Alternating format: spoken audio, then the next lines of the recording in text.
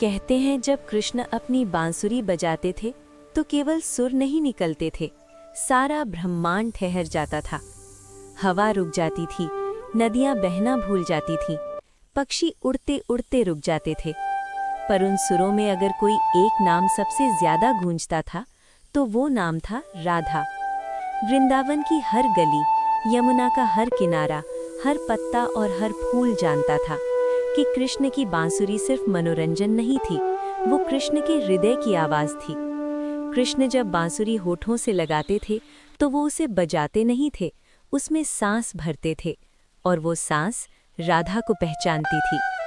बांसुरी एक साधारण बांस थी, खोखली, खुद के अंदर कुछ भी नहीं, न कोई अहंकार, न कोई इच्छा। कृष्ण ने उसी को चुना क्योंकि ईश्वर की आवाज बनने के लिए खुद को पूरी तरह खाली करना पड़ता है। राधा भी वैसी ही थी।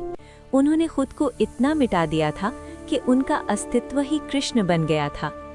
जब राधा पास होती थी तो बांसुरी के सुर मधुर होते थे, और जब राधा दूर होती थी तो वही बांसुरी करुण हो जाती थी।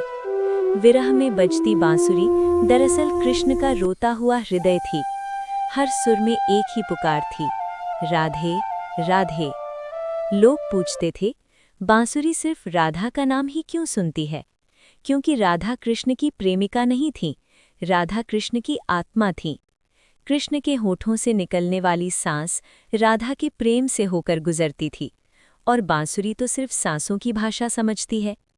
एक दिन गोपियों ने कृष्ण से पूछा, कान्हा, तुम्हारी बांसुरी हमसे बात क्यों नहीं करती? कृष्ण मुस्कुराए और बोले, जो खुद को पूरी तरह खाली कर देता है, बांसुरी उसी से बात करती है। गोपियां समझ गईं, बांसुरी राधा की भाषा बोलती है, क्योंकि राधा ने खुद को पूरी तरह कृष्ण को सौंप दिया था।